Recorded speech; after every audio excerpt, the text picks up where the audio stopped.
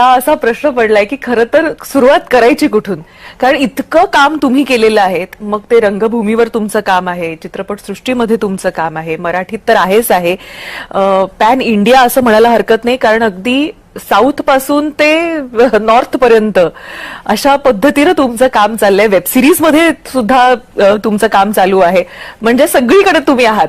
आणि हे करत असताना तुमचं मन हे रमतं ते झाडा वनामध्ये कसं काय खरंच हे सगळं तुम्ही जुळवून आणता आणि हे पेलता, हा खरा माझ्यासमोर प्रश्न पडलेला आहे. खरं तर सातारचे तुम्ही आहात, सातारचा जन्म, मुंबईमध्ये कर्मभूमी तुमची, आणि अतिशय मध्यमवर्गीय कुटुंबातून तुम्ही आपली जी काही कारकीर्द सुरू केलीत आणि आज एका वेगळ्या आयामापर्यंत तुम्ही स्वतःला घेऊन गेलेला आहात. आणि हे पाहताना आम्हाला व्ह्युअर म्हणून नक्कीच फार कौतुक वाटतं. त्यामुळे मला नक्कीच हा प्रश्न पडलेला आहे की तुमचं रंगभूमीकडे मुळात पदार्पण कसं झालं आणि तिथून हा प्रवास नेमका कसा सुरू झाला.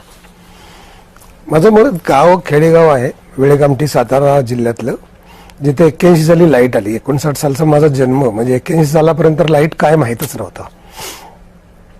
आणि आमच्या घराच्या पाठीमागे एक ओढा होता, तो ओढा व्हायचा, त्याचा आवाज करत झोपायचो. पत्र्याचं घर होतं, त्याच्यावर पावसाचे आवाज थेंब पडायचे, त्याचे आवाज, गुरं म्हशी, असं सगळं चाललं होतं. आणि तमाशे त्यावेळेला होतं, कीर्तन होतं, भजन होतं, जात्यावरची गाणी होती, डोंबऱ्याचा खेळ होता, पिंगळा असायचा, सकाळचं गोंधळी असायचा, संध्याकाळचे वासुदेव असायचा. तर ह्या गोष्टी नेहमी आकर्षित करत राहायच्या. आणि गावची जत्रा असायची, त्यात नाटक असायचं. अशातनं कधीतरी शाळा 7वीपर्यंतच होती, म्हणून मग मावशीकडे होळला शाळेला गेलो. मग तिकडे मावशीनं शाळेला ठेवलं. मग तिनं 8वी 9वी नंतर 10वीला बहिणीकडे पाठवलं. त्यानंतर मी D.Ed कॉलेज सातारला येऊन केलं. मग आमची धरणात जमीन गेली. मग मी प्रोजेक्ट अफेक्टेड झालो. मग मला वॉचमनचं काम मिळालं. मग मी इरिगेशन डिपार्टमेंटमध्ये 3 वर्ष वॉचमन केलं काम. तेव्हा मी कॉलेज पण केलं. या काळात कुठेतरी नाटकाची आवड सुरू झाली. सुनील कुलकर्णी आयुष्यात भेटले आणि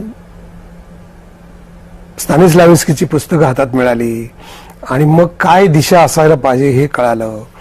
आणि मग मुंबईला आलो आणि मग सुरू झाला असं प्रवास आहे.